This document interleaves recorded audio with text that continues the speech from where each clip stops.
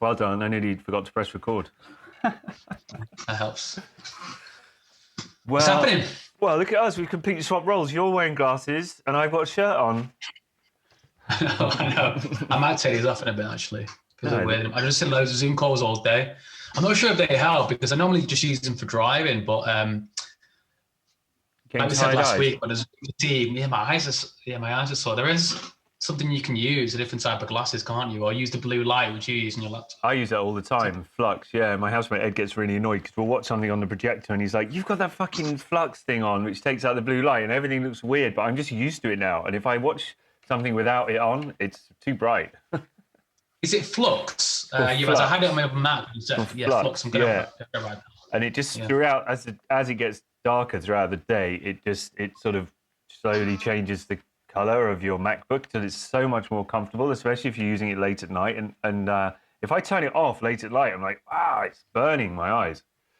Yeah, it shows how much you get used to it, doesn't it? Completely. Brains get fried. If you're getting more headaches than usual, then laptop is not the best thing for it. But yeah, I'm liking the shirt. This is how I know you. The shirt and the jewelry.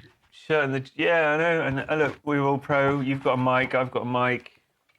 Mic'd up. Always tweaking. Tweaker. I'll be honest. I've been battling my monkey mind a bit this week. Like a couple of days where I really didn't want to exercise, and I actually I wrote that guide for people, and I reread it. And one of the things I say in it is like, there's no such thing as motivation. There is discipline. Just pull on your shorts and do it, and your monkey mind's going to giving you loads of reasons not to do it. But just make yourself go to your phone and turn on the app. And I literally did that yesterday, and I did like a 45-minute leg workout, which is great. And leg workouts kind of are certainly in calisthenics not too high impact. There's only a couple of exercises that I would call really cunty ones, which are burpees, and then jump squats, which don't sound that hard. But if you're doing 3 sets in a row of 16 jump squats, that's quite hard. But the rest of it is quite low impact. There's a lot of lying down, twisting your legs in strange places and things like that. But your heart rate's kept at a high rate the whole time. And so it's just the same as valid as doing the other exercises like chest and arms and things like that. But yeah, I've just sort of not as been committed to it this week, and I guess that's okay. You know, you've got to just sort of roll with it a bit. Just the week prior, I was doing like 45 minutes every day, and I felt incredible. As I say, it's like if you do 45 minutes of exercise, you've basically entered the pleasure palace or the pleasure dome for like 12 hours of a good mood. You've grunted for 45 minutes. Welcome to the pleasure dome. Welcome to the pleasure dome. Yeah, it's like, I call it the grunt tax. 45 minutes. The grunt tax, yeah. 45 minutes of grunting, and then you feel great for 12 hours. But I've just kind of slipped a little bit. Anyway, back in the saddle. Well, yeah, just on that though, especially on legs as well. So the first time I ever had a personal trainer in London, my mate Johnny, which completely just like changed my way of thinking about working out, which naturally it does. But he said, if you want to get abs, just do legs. I was like, what? Yeah. It's like, yeah, like he had like massive legs and he had great abs. He said, look, I never do ab exercises, or rarely. It's more an ego exercise. I was like, well, yeah, but it makes sense because your leg exercise is the biggest muscle. So your glutes and your thighs and your hammies and your things in your quads. So you're using the most amount of muscle, which therefore you're building the most amount of testosterone. Therefore you're building the most amount of fat. You're burning the most amount of fat.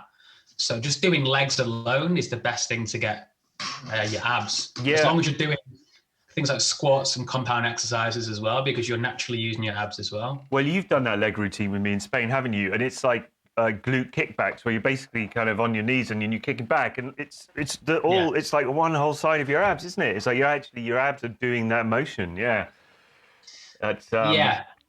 So yeah, it's a good app actually. Have you told us about that app actually?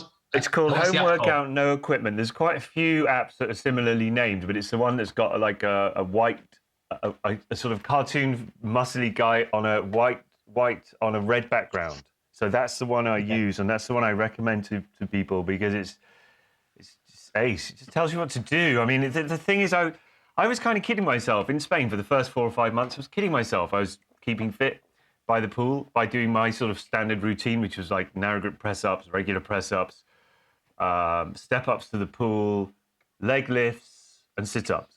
Basically, doing those 5 on rotation pretty much every day for like 5 sets of those, and I'd be doing like 10 or 12 reps. But I was on my phone in between, and I'd be walking around and around the pool, and I'd make the whole thing take like sometimes 90 minutes. And that isn't keeping the heart rate at the right speed. And the thing about the app is it's a timekeeper for you, isn't it? It's like someone telling you what to do. And so I was doing a lot of similar exercises to the ones I've been doing, but also a great deal more. Like my whole body, after a few days of using it, my whole body just felt completely alive, and I was bounding up and down the mountains, like everything was joined together. Whereas I've been doing these same 5 exercises, which, okay, better than no exercises, but I was just kind of keeping the weight off and not much else. Yeah.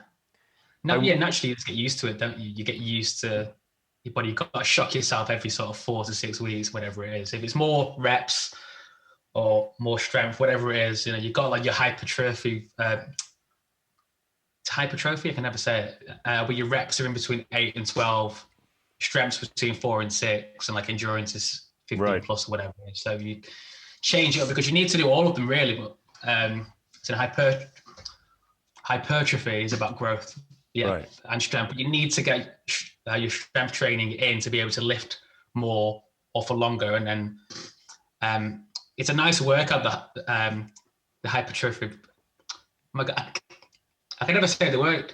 Is it hypertrophy or hypertrophy? I don't know what word I've never heard this word in my life. It's a type of workout essentially of what uses your muscles. But it's always the best one to do for a workout because you feel pumped actually later on, because a strength workout, it's shorter reps, but you're exhausted because you can't lift anymore, but you're less sort of pumped. Yeah. That one's that's the one if you're going out with your t-shirt on, you want to do a 10 rep workout. So you're pumping. Saturday workout. You're very homoerotic conversations. Well, yeah, that app's been incredible to me. I wouldn't really, because I just fight my monkey mind, and then I just find myself in my shorts pressing go on the thing, and I start, and then within 2 minutes of starting, you like all of those feelings of negative thoughts just go away, because it starts to, some of the exercises are really quite hard, but the feeling that you get that comes up throughout the exercise is kind of just feel good, isn't it? Just as good. I just feel this good mood, and as you go towards the end of the routine, you're like, good, it's nearly going to end. That feels good too. Especially when we're like, we know we're going to make some food in 5 minutes. That's what kept us going, because we would work out before we ate. So once we got 10 minutes left, you're visualizing eggs or like protein bombs. Yeah, that's right. I would like to give a carrot, or like an actual dangling a carrot, metaphorically, to get one. I would do, but in like when we were in Almeria, I'd be thinking of coffee and porridge with like pear and honey or something. I'd be thinking about during the workout. That is brings me on to. I had a couple of questions about. We said in the last podcast, like, oh yeah, we can live in multiple places rent free. I'm like, well, okay, we're not slumming around in rock and roll mansions, although that would be great too. No, we're actually hanging out at what a retreat is a word I use loosely, because certainly the one in Almeria, it's not, it can be pretty full on at times. It's a retreat in the sense it's in the middle of nowhere in a beautiful village with a river. Set in selenite crystal, but we contribute there. These places that we hang out with rent free, as I said, they are places where you contribute a few hours a day. Now it depends really on what's going on. I know, like when I was doing a lot of the cooking when I was there, so I was doing 2 or 3 hours of cooking. As I always say, no one ever hugs you for the washing up, so I'm happy to do the cooking. You were doing a lot of painting. You were painting. You painted the whole of the outside of the house, didn't you? Yeah, white. Yeah, most of the house. Yeah, but I was doing the outside because obviously you got these lovely white walls, which needed doing. This is baking the sun, but David wanted a little bit of a yellow tinge to it, so I was doing that, which is nice because it's like meditative, but it's like baking as well. So you can only do it for a few hours a day. Otherwise, I'm starting getting head rushes. I got my top off on the roof. It's very picturesque. And it was certainly worse jobs to do. I really enjoyed it, but I nearly finished the whole house. But obviously, in the last week I was there, or last 10 days, I was unfortunately in the isolation shared with COVID. Yeah, and Sick boy. I was your butler. Sick, I've got sick boy in the sick bay. sick boy in the sick bay. Yeah, I know. That was funny. You got tested positive because you went to Malaga to meet someone. I'm not sure how much I can say about that. Well, you went to meet. I had a weekend away, Yeah. in Malaga, and like I said, where we live was Almeria, like middle of nowhere. So, and it was when it was already getting pretty. We were locked down, wasn't we? To a level you could still move between towns, but it was still. They'd made an announcement that weekend. Well, it was a bank holiday weekend in Spain. They were like, "Do not leave, do not move." And I was like, "Well, I am meeting someone for a weekend." So I was like, ugh. So I went, had a really good time. Immediately come back, I found out they flew back to England, tested positive. So I was like, right, I'll get tested, and immediately found out that I was positive, even though I had no symptoms whatsoever. No, you were asymptomatic, but that meant the whole house and anyone who'd been in the house in the last week, which was about 12 of us, we all at like 8 o'clock in the morning had to go to the medical centre in the local town, Sorbas. And remarkably, and it really made me think about the whole testing thing. You know, there's so many theories abounding about it. The test is nonsense, it's not accurate and all of that. Well, it's weird because you had it, but all the rest of the other 12 people of us in the house, none of us, we were all negative. Which is like, so you had to, which is like, okay, so hang on, maybe this test is actually working, you know, like this makes sense. He used to spend a weekend with someone with COVID, he's got it.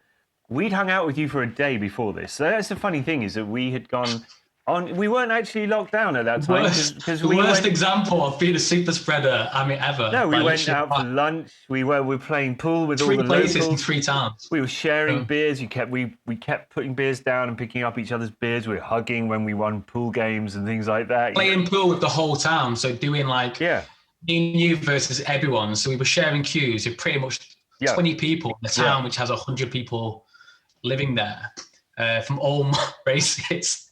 So when I found out I was actually positive, the first person in the town to test positive, by the way, I thought that was it. I thought I'm going to kill the whole town. Thankfully, I didn't, and luckily I got moved into a shed in the end of the garden. Luckily, they had a shed, but it was a shed which made up to make a little. It had a log burner inside. Well, someone had lived in there. That's actually a living quarter. So there was a bed. There's a log burner. There's even a cooker and everything. It's like a little tiny self-catering unit, wasn't it? Let's not talk about the cooker because remember I was there for the first few nights, and then I was like saying to you, I'm like, look, there's something inside the cooker living.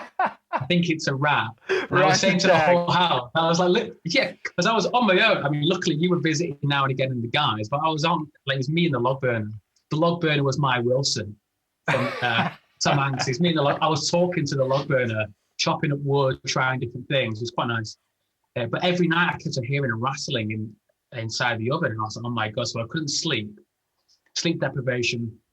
I was saying, right, I woke up in the morning, and eventually you heard all my moaning and said, right, let's take the oven out. It's massive metal thing. So we took it out, and I'm like, look, I'm sure there's a rat in here. And you were like, yeah, whatever. They call it a range, don't they? It's pretty standard in those places in Spain. In that, like, there's a space for the gas bottle on the side. They're like a self-contained kind of range. They've got an oven and they've got like a big hob. They're cool, actually. Yeah, it's a huge thing. Yeah. So we took it outside. It's really heavy. We dragged it out, and I'm like hitting everything with like there's a video somewhere, isn't there, of me matching like a little girl, just hitting this thing and going, oh no, and you're laughing at me. And eventually I nearly gave up and just admitted there was no rat inside, even though I was like, I know there's a rat inside. I just thought you were hearing things, be honest.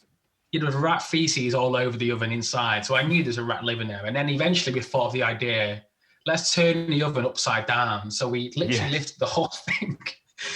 And then this giant rat runs out, and I scream. It runs off into the logs, never to be seen again. You were right. After all, I doubted you. I really did doubt you. I just thought that you were imagining things. But and also because we'd rattled this whole thing, I thought there's no way it's still in here. And it was only when we literally tipped the whole thing upside down that it came scurrying out. It was kind of hanging on inside there. Yeah. There's a rat in the kitchen. There was a rat in the kitchen, but it was so you were kind of in, that's where like our exercise yard, you're at the back there. It's actually quite a comfortable place. Sort of a little self-contained shed. And yeah, and I brought you food out every day, and you literally just It was nice. yeah, you just chilled for 10 days, didn't you? Yeah, I would like to be looked Yeah, I had after lots like of times to read, lots of times like meditate. yeah, I think like it's times like that again. So we're looking now with lockdown, but that was truly, truly isolating. Like you're in the middle of nowhere. Look, I had my phone, and even then, my phone toward the end wasn't charging. I was like, it's a lesson here from the universe. Like they've left me in a shed, and then the first day, my phone stopped charging. So I was like, yeah, I was having to read books, and I was like, bloody hell. So the first, like anything, like I was drug addict, so I was like, oh my God, getting a bit itchy. But in the end, I quite enjoyed the peace. And yeah. afterwards, after 10 days, when I came back in the house and I was hugging you guys, and we had music on, and we had the parties again, and I loved it. Makes you realize what you're missing. I remember when you told me that very first morning. I remember when you told me, oh shit, my friend who I've just been spending the weekend with in Malaga, she's positive. I'm like, you've got to tell David straight away. And you're like, you're right. So you went and tell David, and I was like, what the fuck? You know, because David was definitely, David, the guy that runs the place, is definitely very cautious and concerned about COVID, and was always giving us updates about the numbers in the area and everything.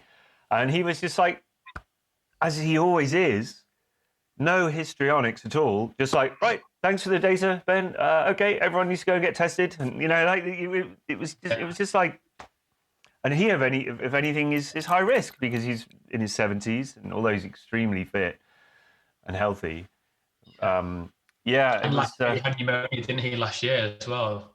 And he had And he pneumonia. was He was in hospital he for was in like a week. hospital with pneumonia a few He was years high ago. I risk, remember. which is why I was when I found out, I was like, oh my God, I'm yeah, terrified really, because You don't want to the pass it on to someone who's example, but risky. yeah, And there's a it's a guy who lesson in how comes. to handle a situation. There's a friend of the house who comes. He doesn't actually live in the house, Enrique, but he comes by to use the Wi-Fi pretty much every day, and he cooks. And he has a place in his own artist studio, a couple of minutes walk away. But he is late. He's old like David too, and at risk. Yeah. Older, I should say. Um, yeah, but it was all right. No one got it. No one got it. The only thing, I mean, there was a really strange set of restrictions in Spain at that point, in that you could go out and get absolutely smashed up for lunch, but as long as you were back home by 6 o'clock. Yeah. So we Which did we that did. a few times. You know, it was kind of weird. It wasn't like everywhere's shut. No, you could go. The bars and everywhere were all open, Yeah. and the restaurants until 6. I think it's locked down more properly now. Right now, this is lockdown 3, and I think it's gone into much more. It must be, yeah, it must be. Yeah. So that was your little COVID on the doorstep, and it's ironic because in the village where we are is a college called the Sunseed Desert Technologies, and they take in people from all around the world on a regular influx of students, and they teach courses about how to grow fruit and vegetables in adverse conditions and in dry and arid countries, in desert technology, as the name says. And so David has been very much kind of on top of them, saying, look, are you making sure that the new people coming in are tested, because you're bringing new people, you're having gatherings and all of that. And then ironically, we got COVID. Yeah. And we had to all wear masks and be locked down and not see any of them. Yeah. It was a bit of a shitstorm at first, wasn't it? But it was in the end, it was fine. Yeah. And Yeah. sort of, yeah, in a way at that time, because it was sort of not nice, but it was an interesting experience to have it and to be a part of it. But I think the house handled it well. Lisa and Sean had to stay another 2-3 weeks because they couldn't fly back home. So they were Right. quite happy in the end because they had another holiday. They were like, oh no, we've got to stay in Spain for longer. Oh no. Yeah. Yeah. But they, so yeah, look. Yeah. Go on. I was saying, like, it was just eventually we're all going to get it at some point. Yeah. It's just how you handle it, really. But luckily, we had a place where, if the Sunseeders got us where they live, where they had multiple people living in the little house, no shed, it would spread like wildfire. Absolutely. Luckily, we had a shed. You had a shed. We could put 10 Ben in the shed. Sick boy in the sick bay. But yeah, so going back to before we started off on the rat attack COVID tangent, well, I was talking about contribution, and the thing is, at David Dean's place, it's not rigidly set at all. I remember when I first started going there and started living there for longer periods of time, it was a German girl called Nikki who took me aside and said, so it's kind of expected that you do 2 to 3 hours a day of work plus minus. I like the way she said that, because some days there's more to do, and other days you quite okay to pretty much to take the day off and work on your own things, and that's sort of all right too. It's all kind of a bit self-policing, and I know, for example, when I've been there, and there's been people who've basically, like, I've done all the cooking, or me and someone else has done the cooking, and then people have just sat around and not all the washing up's ready to do. I'm like, well, I'm not your butler, I'm not doing that as well. And so I literally would just say something quite sharp, like, hey, the washing up fairy's not here today. Could you do the washing up? And people would generally get the message. But generally, everyone who's there is kind of knows the deal. But then there's also there's a bit grey areas here. If we're talking about this bluntly, you and I have an income, and we were buying more shopping than other people. Some of the people there do not have an income, and they do a little bit more work. I would argue they tend to put in more hours. But again, none of this is really discussed. It just sort of flows and works, doesn't it? Really, I think only once David told me he had to ask some 18-year-old kid to leave because he was just doing fuck all after repeated nudges. And David doesn't give you orders. It's like he leads by example. If he sees a job, I mean, this is always the thing. Same with my mum's place, really. Is like, if you see a job that needs doing, that's your job. And he will literally, if the washing up or the drying up's been left, he'll just come in and do it. And it isn't really doesn't do it like pointedly, but there is a little bit about, this shouldn't be left here. Like there's and he himself has lots of daily duties, which is like watering all the plants, which takes him like 2 hours a day, watering all around, and walking the dogs 2 hours a day. He goes out for 2 hours a day. Now he was also doing loads of other little things, which we just keeping the house running, right? But generally, everyone else who's there chips in. And again, there are exceptions. There was a girl there called Ellie. She was on a sort of research project, working 4 or 5 hours a day, researching the flora and fauna in the area, counting insects, counting birds, checking the birds, and comparing her findings to a study from 10 years previously. And it was all related to climate change, I think, if I remember that correctly. Now, she kind of had a special deal with David because she was obviously contributing to the area, if you like. And so but she would still cook occasionally, but she wasn't getting involved in painting or general housekeeping and things like that. And that's cool too, as long as there's a kind of understanding around everyone. Now, counter that to my mum's place, which is a little bit more formal in that she takes in people from a website called Workaway, and they are expected to work 4 or 5 hours a day in exchange for full board and lodgings. And it's much more, I mean, my mum's place is not rigid, but it's not like David's. David's is a lot more freeform. It arguably is a kind of workaway system, but it's not quite as much hours expected, and it isn't as rigid. And again, it is sometimes, like, for example, when I got there this year when I went at the beginning of, let me think, it would have been like end of April or something last year. The first job that needed to be done was that all of the bracken, it's like old grass that obviously gone dried out, and it was all around the house, and it was a fire hazard. We're in the desert there. And so Ryan and David was like, look, this needs to be done urgently. So for the first few days, we literally pretty much did nothing else but chop down all of this bracken, this dry hay, and then roll it down into the valley. That's an example of where a job needed to be done quite quickly, because there's fires, you're in the desert, bushfires break out. It's a real thing. You're not allowed to have barbecues there at all in summer. So, what are your reflections on the kind of contribution system? As Ryan always says, contribution is the solution. It's a bit like the new way of living, isn't it? Well, it is, yeah. And it's a total eye-opener to me. I mean, let alone the workaway system. I think a lot of people might know about it, but I didn't know about it. Yeah. The workaway system, it's a website, and I'm sure there's more than one now, but... Well, originally it's called woofing or something. Woofer. Yeah, woofing is the name. Yeah. Is the sort of, I don't know, the verb. I don't know. Yeah.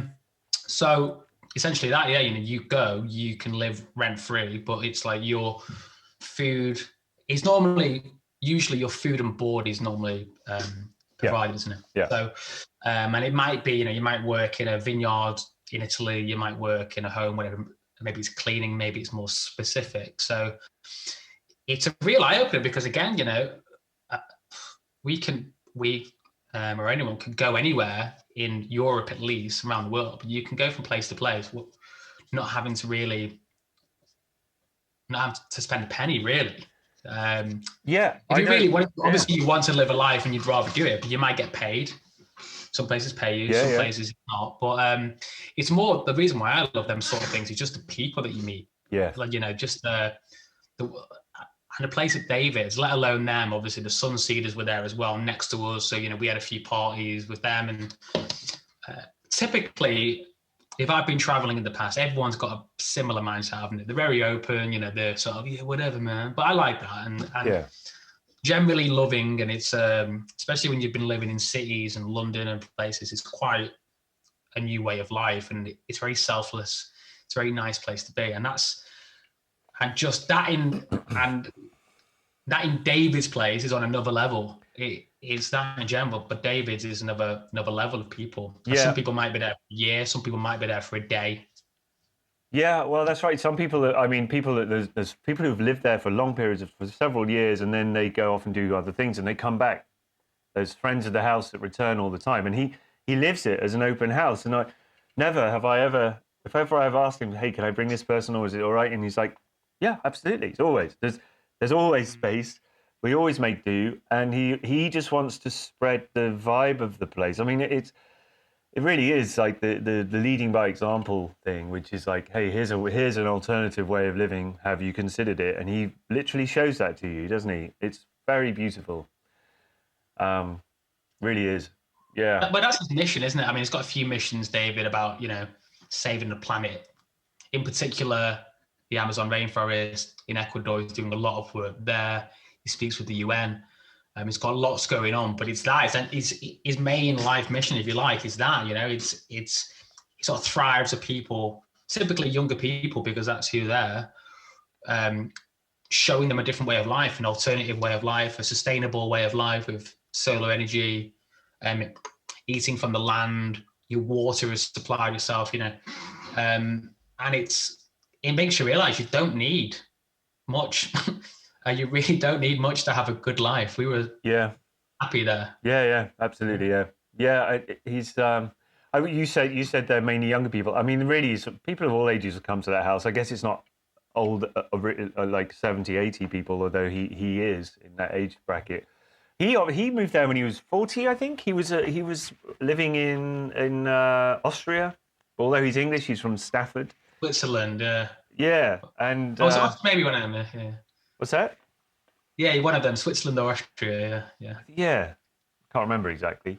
Living in a big metropolitan city, and he bought this place, and it was only a couple of rooms that were actually okay, and then it was all sort of broken down, and he with a crew of volunteer builders and some local paid ones as well, over 9 months, completely rebuilt the place. And the people lived there, and he fed them all, the volunteer builders, and they are now still friends of the house and still return and still come back. It is really quite an extraordinary project. Yes, he calls it, or it's known as, he raises awareness for ecocide, which is horrific and damaging things that are being done by Chinese mining companies, etc., around the planet. And he makes films. He's a UN ambassador, actually, and he goes around the world talking on their behalf. Yeah, he really is quite an extraordinarily passionate man about that, and we've helped him. Happy Tech has helped him. We make animations. We've got involved in Instagram and things like that for him. We're there to help him, and that is again part of our contribution. Next time I go back in a few weeks, I'm going to take Jez, who's our video editor. He does various things for us, mainly video editing, and he's gonna. I found since I was here a hard drive of 100 gigs worth of footage that was David traveling around Ecuador, and nothing was done with that footage. Oh, really? It was actually my housemate Ed, who was the cameraman, and they came back here, Yeah. and nothing happened with the footage. It was about 5 years ago, I think, 4 or 5 years ago. And I've been going through it, and it's incredible. And I think that my rough idea is to make David a film. Jez is going to edit it about the various things that he's raising awareness for in Ecuador, and he could do a voiceover, and then we just use that for all the wonderful footage. And there's various like disaster zones that they filmed at. Yeah, so again, Jez's contribution might be 2 or 3 hours a day of film editing whilst he's there. Yeah. It doesn't have to be upkeep of the house. It's actually, the house is quite busy at the moment. I mean, there's been periods when I've been when there's been like only David and one other person there, and it's kind of like all hands on deck to cook and clean. Yeah. But at the moment, there's more. There's 9 or 10 people there, and so the jobs Ryan's are still all. there. Huh? Is Ryan still there? Yeah. Ryan is still there. Yeah, yeah. I can't imagine him leaving in a hurry. Yeah. No, he's pretty happy there, right? Yeah, exactly. Ryan, Yeah, Ellie, Paul, yeah, everyone. Ryan is the guy that I met when I first got to Spain, and we were both in a similar situation, running from failed relationship, sons on the bum, as we called ourselves. We crash landed at our parents' places. Like he lives like half an hour away from my mum's place, and his mum and my mum were friends, and then I just told him about Dave. Ryan actually decided to spend lockdown 1 with us as a volunteer worker, which is great. I had a buddy on site, and we played cards and drank whiskey into the night. And then I invited him to come to David's, as you know, it's an open house, and I thought it'd be good for him because I kind of knew that if I left, he would go back to hanging around with his mum and loads of old people in Villalonga, which, as much as they're nice, not really ideal for him to progress his life, you know. So I thought, take it to David's, he can contribute, feel worthwhile. Him and I became like a crack cooking team during lockdown because we had at my mum's place, we had some Airbnb guests. And so I was hosting them, and he was my sous chef. And so we carried that on at David's, you know, we carried on cooking together. And yeah, it was, it's just that kind of a place. So I suppose it's one thing I'd like to make clear. In Spain, one thing I've realized is that you can live a very alternative, interesting lifestyle. Not many people there are going to work Monday to Friday, 9 to 5, really. Yeah. Because of the economics of the place. You don't need to. Yeah. Well, yeah, let alone the climate. I mean, if you're working anywhere 9 to 5 in Spain, really, anyway, unless you're in a city, maybe. Well, they do summer hours. They do summer. Like my sister has done summer hours before. So I think it's like 8 till 2, and then, well, they have the siesta as well. I mean, really, they do. You have to, because especially in July and August. I was there in July and August, and like I'd get to like 4 or 5. I'd have to lie down for a bit. It was so hot. Yeah. Imagine trying to do an office job in those conditions. Yeah. Last week in the house, so the last weeks in the house for me were a mixed bag. Yeah, so obviously I had COVID, and then when I got out of the house, so like I said earlier on, you know, I was painting the house, and that was my sort of job. And it was the last wall. This is after COVID, I think. The last wall in the house needed rendering. You know, had a lot of damage on the wall. So David had said, "Let me do the rendering on the wall." So I said, "You'll know this, but obviously David is the wolf pack leader of dogs. You know, these 8 dogs, all wild, beautiful things, but they're hunting dogs. They're like in the mountains, and they need taken out for 2 hours a day. Otherwise, I'll be going crazy. So they go in the mountains, and we're on about mountain climbing, where sometimes you're going up and down. But David takes them out. That's his job every single day, no matter what. So we've been out for a few walks, and I was getting close with the dogs, and I knew some routes. So I said to David, I said, "Look, if you want, I'll take the dogs out on my own." And David straight away said, "Yeah, I think it's a great idea. You know the route and stuff. I trust you with the dogs." So now, you know, in a lot of ways, it's like an honor. You know, David trusts me with the dogs and stuff. And I had to get them out, and then I left the house, and the dogs, they followed me, and as they did, they started going mad. And then we walking down the mountain now the infamous dog walk day. So things were going well. So I'm thinking in my head that I need to take the dogs for a proper walk, because I don't want to go out, turn around within an hour and be back, because that's not what David will do. And David's been there 30 years or something. So even David gets lost sometimes in the mountains, because he'll go so far, and it's like, you know, it's almost a mental challenge of working out what way to go back. You have to look where the sun is, and you've got to work out what way it is to get back. So I'm thinking I'm going to go for it. So I'm walking really, really far away, and no problems. Lots of the dogs ran away a few times. They were chasing rabbits, which is very normal, and mountain goats. But eventually they always come back. So at this time, was I was the worst place to be, because I was up and down, probably about 3 or 4 mountains, right at the top. And I'd lost a dog, so maybe 5 minutes, which is not unusual, but I didn't hear anything at all for nearly 10. And I was looking around going, this is a bit unusual. And I turned around and I seen a giant wild boar running, and the dog's chasing. I could hear it first. I got, and I heard stories about wild boar from David, and they're very dangerous. Lots of people die every single year. And normally the dogs would never go near them because they're giant. I mean, they're up to like 300 to 400 kilograms, you know, like a small car. They've got these giant horns.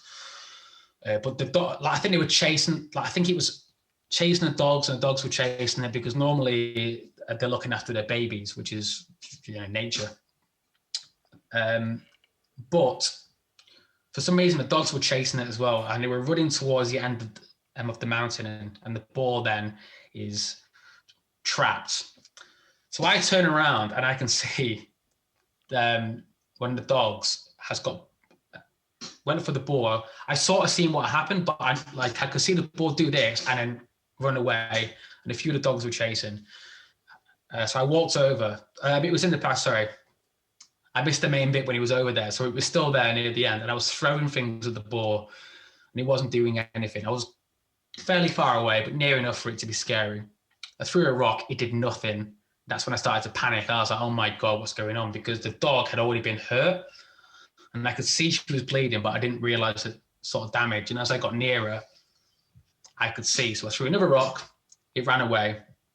And the dog had a wound like this size, the whole leg. It had gone right through. So it had been used the horn. So it had been impaled. Is it gored? Yeah, impaled right through. And it hit me, and I was like in complete shock. The situation, I'm looking around, blood is right down her leg. Luckily, it isn't pouring out, so it hadn't hit an artery, which is what saved it in the end. But the other dogs are all around me. I'm going, what the fuck should I do? Luckily, I had a bit of signal on my phone, so I'm phoning David and phoning people in the house. I'm sort of panicking, going, look, this is what's happened. As always, David, very calmly, was just like, look, it's okay. Where are you? And I'm like, I'm not sure. I was sending photos of where the sun is. And he was like, okay, wait there. And I'd already been out by now, about 3 or 4 hours in the sun. I had no top on, no water, stupid. So I'm already quite hot. I'm in shock. I tried to pick the dog up to walk back. It's about a 2-hour walk back. And the other dogs were going for the dog. So that wasn't an option. I had blood all over me. Traumatic is the word. And eventually David and Paul, they found me from shouting in the mountains, and I would shout back. And it turned up very calmly, thankfully. And we tried to bandage her up, and there's no way to pick her up and bring her. So we were walking down the mountain and hoping she would walk, and she wouldn't walk for a while. And I was going, oh my God. And the first time I walked these dogs, when a dog dies, I'd never forgive myself. But luckily, again, eventually, she slowly starts to walk back, and we walk back with her. So we're ahead, and she's in the mountains walking down. I've got no idea that these dogs are on another level. And it took us about 2 hours to walk back, and we tried to staple her up a little bit, but we took her to the vet, who said she was very lucky, went right through the muscle for the bone. And look, long story short, the good news is she was fine in the end. Thank God, she went to the vets, had some tablets, it was all stitched up. There are some photos knocking around, which I won't put on here. But then again, so that had happened. 3 days later, she was running in the mountains chasing goats, which shows a difference of dogs there, these wild dogs, compared to the sort of dogs we're used to, that we put a jacket on and a little hat. These dogs are truly wild animals. So yeah, thankfully, now and again I get updates of Guapa, and she's fine, she's okay. But yeah, man, traumatic, unbelievable. The only time, someone's taken the dogs out on their own and they've got attacked by a wild boar. And what are the chances? My friends afterwards typically were then sending me articles all the time of like wild boar deaths, like human deaths, a wild boar, which made me then even more nauseous. I had left at this point to come back to England. You stayed on for a couple of weeks, didn't you? Yeah. Oh, yeah. Man, that is horrific. I can't imagine. It was honestly, it was horrific. When I come back, it was so like the adrenaline had just like zapped my body. I was like jelly in the house. I was like just in shock. But God, that moment when I realized where I was and the fact that I couldn't get her down, and she wouldn't let me pick her up, and now just blood everywhere. I was like, what the fuck? What am I going to do? Texting my friends at home going, what should I do? And I'm like, no idea, Ben. But yeah, Phone a it all friend. worked out in the end. But I don't think I'd want the dog on my own again. Yeah, I don't think I'd be up for that. I mean, I get on well with the dogs, but yeah, it's that is just so weird though that would happen on that one day, because David can walk them for months and months and years and not come across a wild boar. A week later, it happened to David and another dog. So right. Fabi was attacked by a boar as well. It wasn't as bad, but she was attacked. So I think it was wild boar season. And David said where I walked typically was like prime time boar as well, which I didn't know. I just thought it was another mountain. Lessons learned. Because it's not a fixed route that he takes. I mean, you head out of the house down the Rambler, as it's called, alongside the river. You head out that way, but then it's all a little bit freeform. And I know that when we go out with him, like I was going out with him maybe once a week, because it's a brilliant workout. Like combined with the calisthenics that I was doing, to do that 2-hour workout, which he does every day, it's a brilliant workout. You're scrabbling up crags, you're climbing down valleys, and but I've seen wild boars in Spain, but never too close. But you were throwing things at it just to try and get it away. I was that's a funny thing. Looking back, I can laugh. So when I went in there, originally I had my shirt, which I took off because it was hot. So we had like a little bag. He had my shirt in and one banana, just in case anything happened. Right. So when I first seen the boar, I launched the bag because it was in my hand, and he just missed it and went over the mountain. So I'd lost my shirt and my banana that had gone. And I might have had a bit of water in there as well. So my survival pack had gone. And then I started throwing rocks at it, and it almost looked at me. I'm not sure, your mind changes in a story, and maybe I'm making this up. I'm sure we locked eyes at a moment, and he was like, "You're fucked." He was like, I mean, were you worried for your own safety? Hey, well, not right then, because when that first happened, the moment I wasn't near enough. Well, looking back, he could have easily just ran at me, and then But at that moment, I was just like, I seen the dog bleeding, and it looked bad, and I just thought in my head, I'd rather me die than one of these dogs. It's a weird thing, because I took the dogs out on my own, and you felt responsible. Yeah. You know how much I love the dogs. We love the dogs so much. Yeah. So I was thinking, if this boar, let alone one dog, but if it killed multiple dogs, I'd leave and never come back. I could never live with myself. So I was like, no way, just throw rocks at the boar. It's only afterwards when I realized the true potential of what might have happened. But well done. You dealt with it. I dealt with it, but I also took dogs into like Wild Boar City. But those hills just look the same. Yeah. And there's no signs saying watch out for boar. It's like, no one ever goes there. They think, what idiot would walk this far up a mountain? Me. But I really wanted to go into the contribution, and the wild boar story is great. We'll just I think we got loads. Yeah, no. Yeah.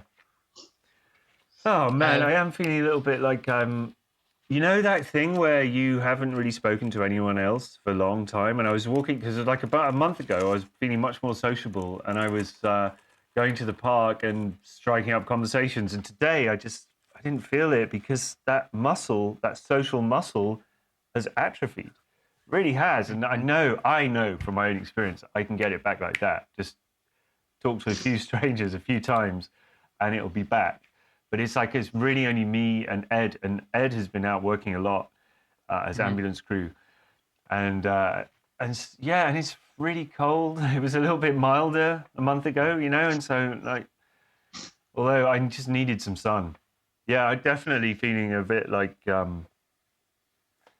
what is the word? I'm with you, man. Yeah, like frustrating. Like we said, it's normal.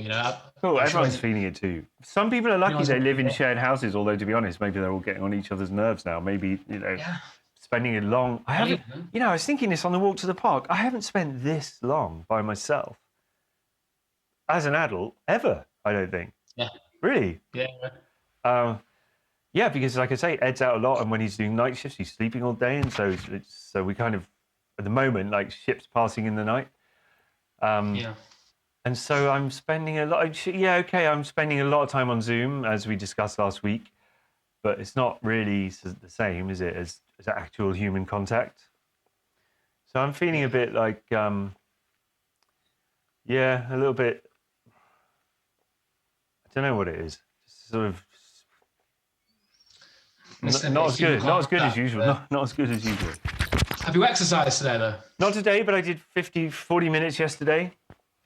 So yeah, I haven't today. Like you said, that we know this, that we know ourselves. Even 10 minutes, I I'm know. not worked out today, but I might just have a little blast now, like 10, 15 minutes after this. And so just get the whole Tony Robbins, change your state. Absolutely, yeah. Change your state, jump around for 30 seconds. Well, I was Do on your that move. men's circle again.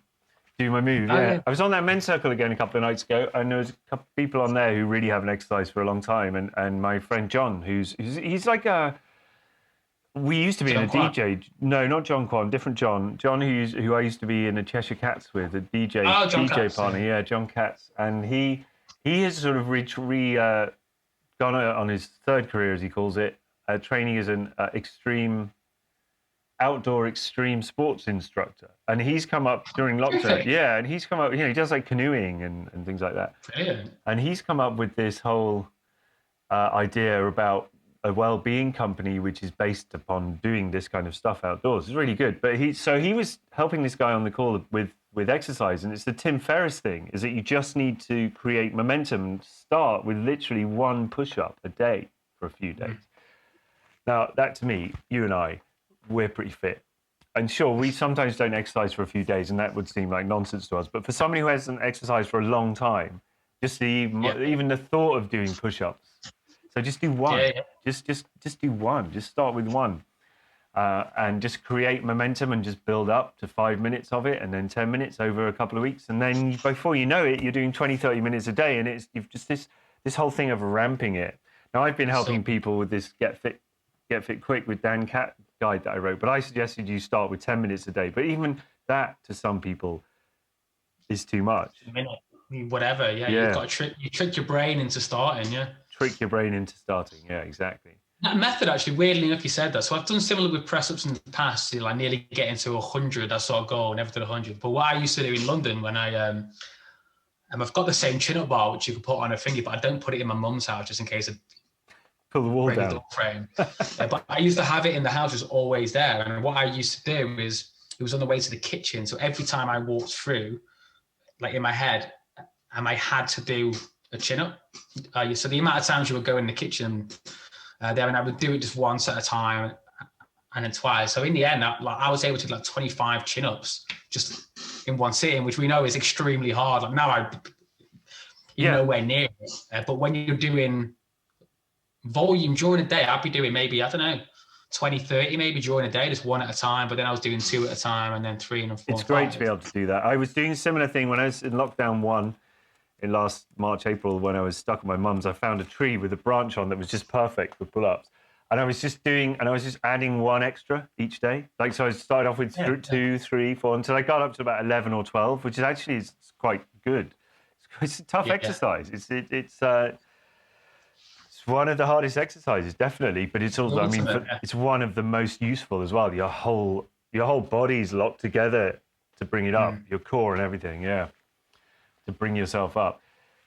Yeah, there's a chin-up bar in the park, and Kennington Park, just near where I am. And actually, I've met this really cool Australian guy, and we've become good friends, and we bumped into each other now about 5 times, and we swapped contacts, and we're chatting a bit. But strangely enough, synchronistically, his girlfriend is a really good friend of John Kwan. And his girlfriend turned up one day when he was exercising in the park just last week. And I said, and she said, "Oh, I'm a sound healer. One of the things I do is a sound healer." I'm like, "Oh, I know a sound healer." And she said, "What's his name?" I'm like, "John Kwan." She's like, "Yeah, I know John Kwan. I was with him at Medicine Festival, and he got bumped up to the main stage, and he did a sound healing from the main stage. It was a real moment." And I just thought, well, that's so random, so weirdly wonderful that this guy I just got talking to, bonding over Keep Fit in the park. And then his girlfriend knows one of my best mates. It's really, That's random, magic, isn't it? What's for the people who don't know, what's the sound healing?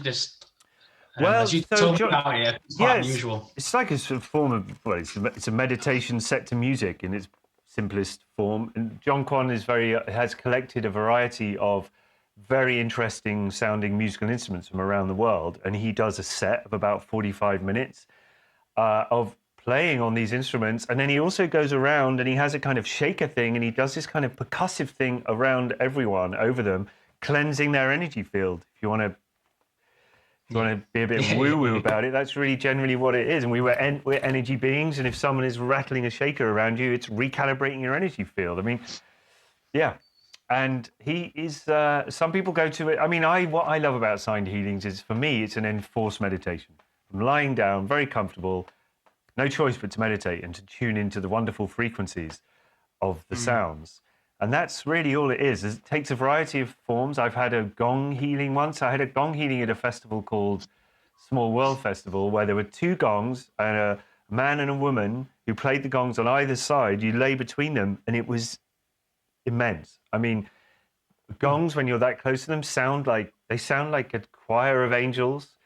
Like when they hit the bass frequencies, it's like 9 bass guitarists. It's just incredible. And again, it's just a cleansing of your energy field. Although before that one, I had dropped some acid, which made it obviously doubly good. I strongly advise that. Take acid, go and do a sound healing. Speaking of acid, I'm not sure if we should bring this up, but I was speaking to Daniela yesterday about our time, because she was on about another time she'd done acid recently, and unbelievable, she had another spider in her hair. No and way. I said to her, yes, we obviously had a moment, me, you, and her. I had a tarantula in my hair, yeah. We did acid in Villalonga, but let's tell that story anyway. But the thing with Daniela was, you'll appreciate, she was in Spain, and then she fought this, and she looked, and she had like a tarantula in her hair. And I said, maybe, this is like a sort of deep lyric. I said, maybe we've always got a spider in our hair. It's just the acid that lets us see it.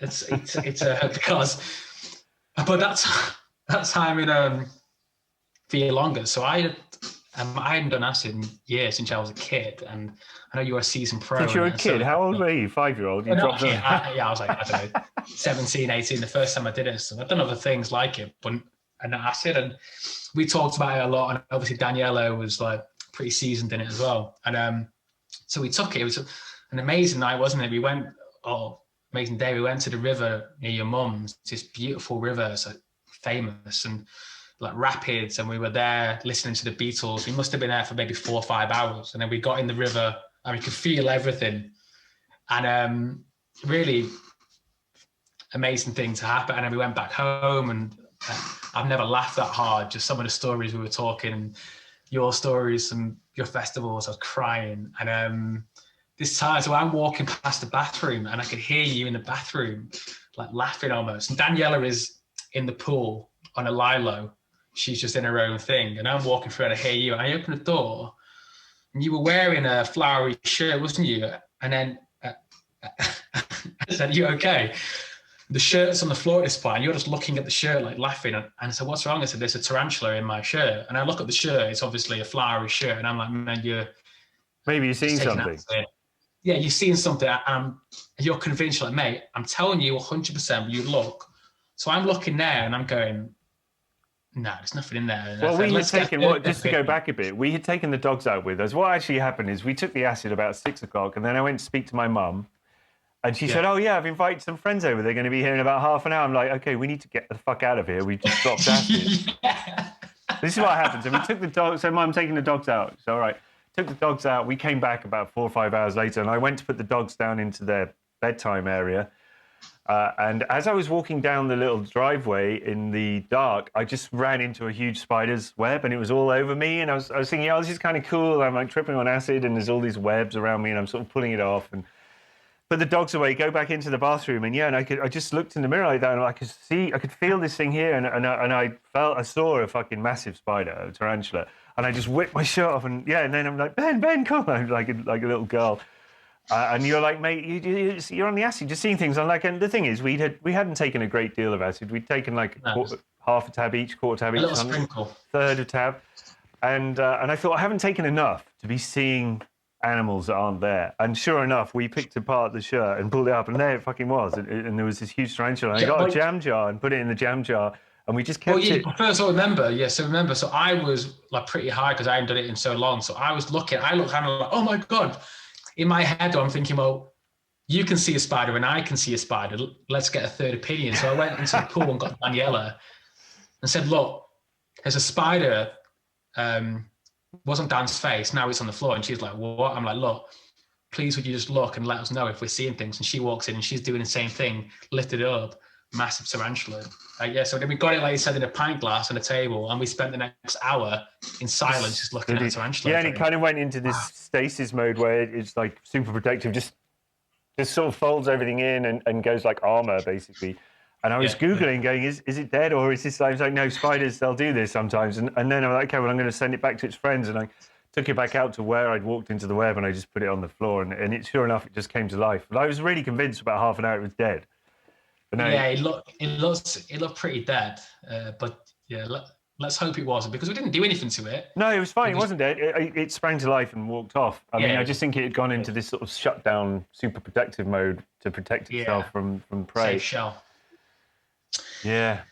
Yeah, that was wild. That's the last time I've done it, but I'll definitely do it again.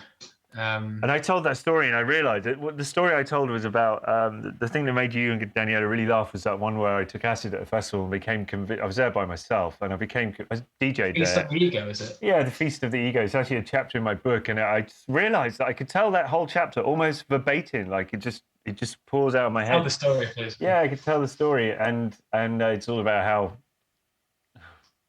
I just became convinced that the festival had been put on just for me, and that they were filming a TV show, and it was like a This Is Your Life TV show. And even the promoter of the festival, who's my friend, who's like walking around with his staff with a light on, I'm like, oh, that's the camera. Yeah, wow, he's filming me now. Okay, I pretend not to know it's the camera. And I actually thought in the morning there'd be a big reveal that it was This Is Your Life kind of thing, and it was going to be, they were going to have friends of mine and from my life, and I was really excited about seeing old friends and things like that. It was completely in another reality.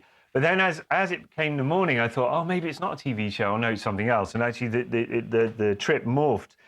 I was like, oh yeah, I know what it is. They want me to be the leader of the revolution, and they're proposing me as the leader of the peaceful revolution. And in the morning, the promoter's girlfriend took my hand and said, come on, Dan, we want you to speak, and led me to this stone circle where there was a fire and everyone had gathered, all the stages had shut down. This is a tiny festival, there's like 500 people there, and led me towards the stone circle where everyone had sort of sat down around this fire. And I was thinking, oh God, what am I going to say? Am I going to accept this job? Yeah, I can do it. I'm pretty big. I was like, I've got snooker on Tuesday, but I can move it, that kind of thing. And then the strangest thing happened, the really strange thing happened, is that as she led me up there, she said, okay, this girl here, and she introduced me as this girl, she wants to arm wrestle you. And that was it. That was the end of my trip. This girl, this is what actually happened in reality, is that this girl wanted to best out of 3 arm wrestle with me, and that was it. I won, obviously, but that was the strangest thing. And that chapter is called The Feast of My Ego, and it really was. It was just like my ego on fire the whole night. First thinking it was a TV show about me, and then even bigger than that, no, you're being proposed as the leader of the revolution. But I mean, in all seriousness, people like you and I who actually want to spread love and help people, we're all leaders of the revolution. We're all little positive pockets of action, really. Yeah,